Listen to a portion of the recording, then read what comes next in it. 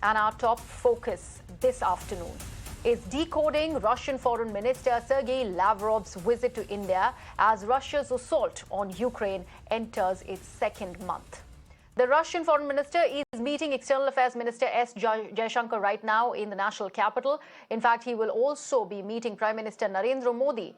Now, one of the top focus points of this particular meeting will be India's purchase of discounted Russian crude oil. Now remember, this is the first ever high-profile visit from Russia amid the ongoing crisis.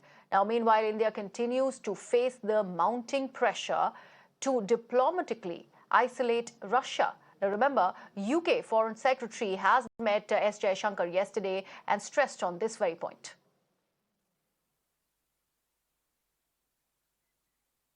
In fact, to discuss this further, I'm now joined on the broadcast by Maruf Raza, who's the Strategic Affairs Editor of the Times Group. And also joining me is Dr. Rajan Kumar, I beg your pardon, who's the Associate Professor at the Jawaharlal Nehru University. Thank you so much, all of you, for joining me. Maruf, I'll start with you. Now, the meeting is currently on. There is so much that's been, said that is going to be put on the table, specifically about the Indian import of crude oil from Russia, and we have already had feelers that US is visibly miffed about this.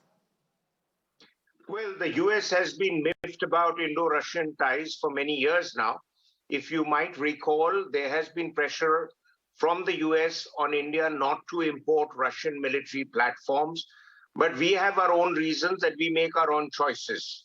The military platforms we get from Russia, they've stood the test of time. They are hardy. They are something that our military personnel are used to, whether it's tanks or aircrafts or whatever. And Russia has been at the forefront of willingness to transfer top-of-the-line military technologies like nuclear submarine, for at least on the face of it for a lease, but for all practical purposes for use in the event of a confrontation. That has given a huge edge to the Navy. Now we come to the oil aspect. While we are looking at importing not a very significant sum in terms of the quantity of oil from Russia through the route, which is normally being talked about, the Vladivostok to the Indian Bay of Bengal route. The point is, the significance of this comes at a time when the world is working very hard to isolate Russia, and they feel India must be on board with the rest of the world.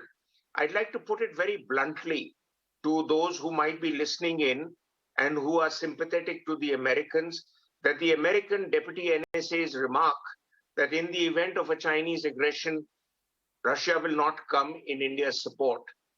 I personally don't see that as reason enough for us to turn away from Russia. Whether they come to our support or not, the Americans definitely will not come to our support. They did not even make a singular remark of consequence when the Chinese intruded in April 2020.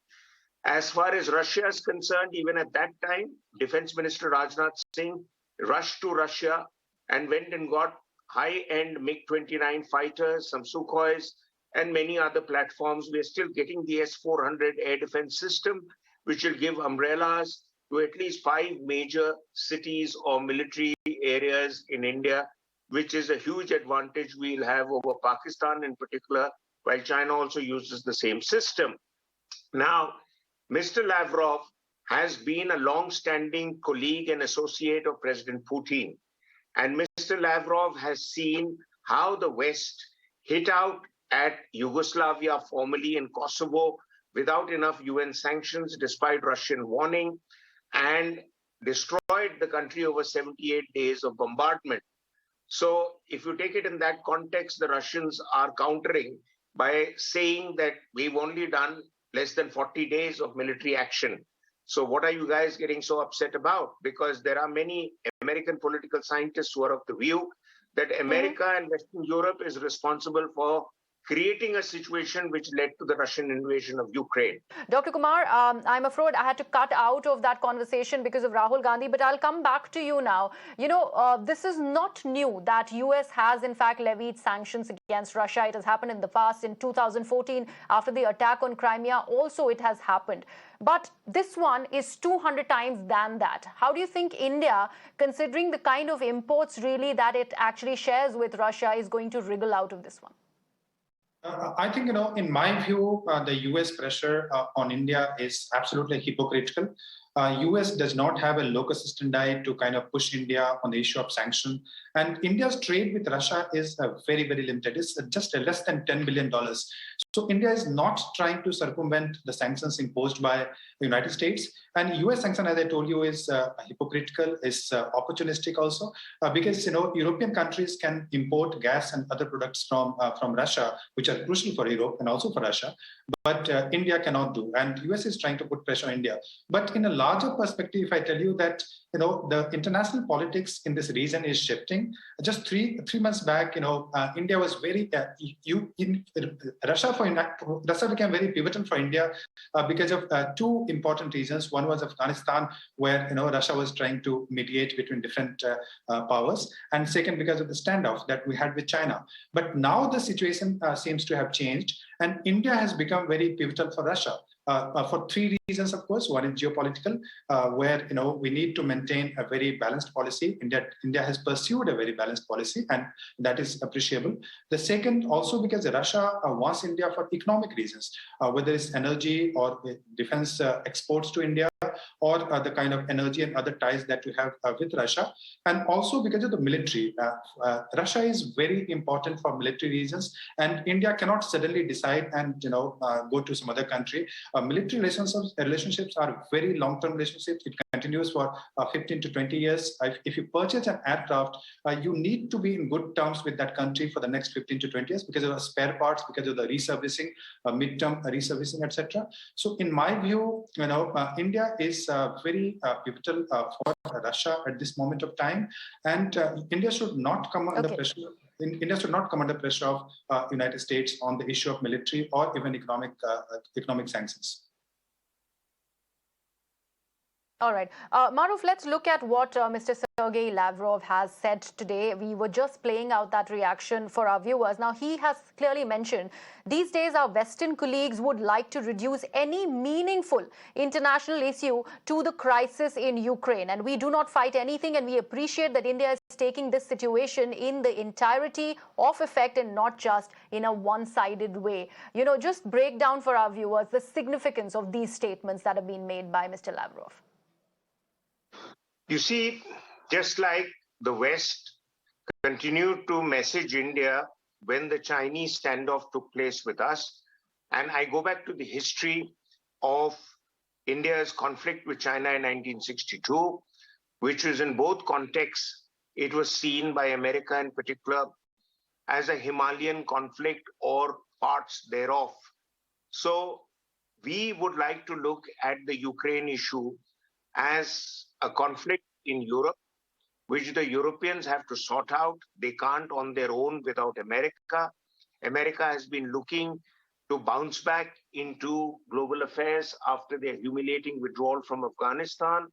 And therefore, Europe has given it the necessary playground, apart from the fact that America stands to make a lot of money out of it, because all the scared West European nations who are willing to put their money where their mouth is at this time and pay for all military equipment and support, which will get plowed back into the American defense industry. So it's a win-win situation for America. The Europeans, of course, need to go back to the drawing board and look at their own security calibrations. As far as we are concerned, we've got our own concerns in the region. Let me give you a couple of examples. America keeps saying it's India's long-term partner and strategic partnership of the century, etc., etc. It's been able to do damn all to discipline Pakistan. Okay, people might say, how can it discipline Pakistan? For a start, you stop American generals getting visas to travel to America, or in the same countries where America is now putting stops to Putin and his billionaire friends to visit and stop their movement there. Pakistan has been known to be a sponsor of terror. America keeps talking about war on terror, but it was basically Afghanistan where they went to make a point and they got a bloody nose.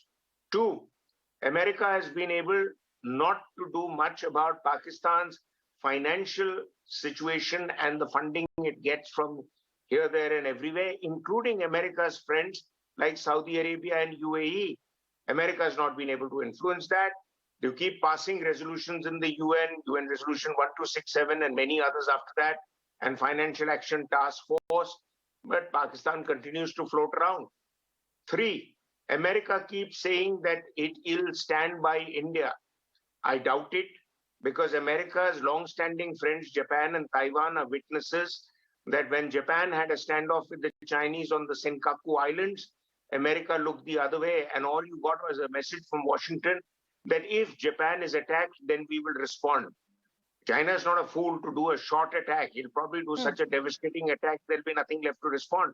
Now, as far as India's relations with Russia go, there is as the good professors brought out, there are a lot of issues, both in terms of defense ties, increasing economic interaction. There is also a lot of space ties. We just launched another set of astronauts who are going to be operating in space with Russian help. We also have a lot of support from Russia in our Make in India programs for defense industry. And at the end of the day, Russia wields the veto card, which nobody else has allowed India to get. And therefore, if there is an anti-India resolution, Russia will block it, as they've done since 1971.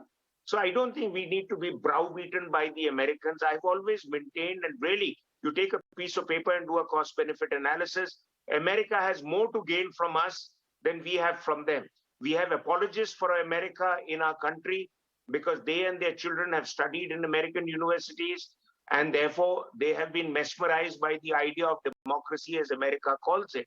But America has a lot of dark patches, and we need to do it our own way. To quote Jaishankar Saab's own book on foreign policy, The India Way. And there is an India way which makes India different from all these other coattail hangers that America has in the Western world. All right, Maruf and Dr. Kumar, thank you so much for joining me on this very important conversation. And Maruf, thank you so much for breaking it down well for us, because here we were talking about that veiled threat that came in from the Deputy NSA of US, Mr. Dileep Singh. Now, that also needs to be actually brought to fore here, because we also must remember that, the Chinese Foreign Minister, Mr. Wang Yi, also visited India some time back. So that is also a very, very significant thing over here. We'd wait and watch what really comes out of this particular high-profile meeting. We have to wait and see what Mr. S. Jaishankar has had to say after this, and we'll keep tracking all the developments. Meanwhile, Maruf and Dr. Kumar, thank you so much for joining me on the broadcast.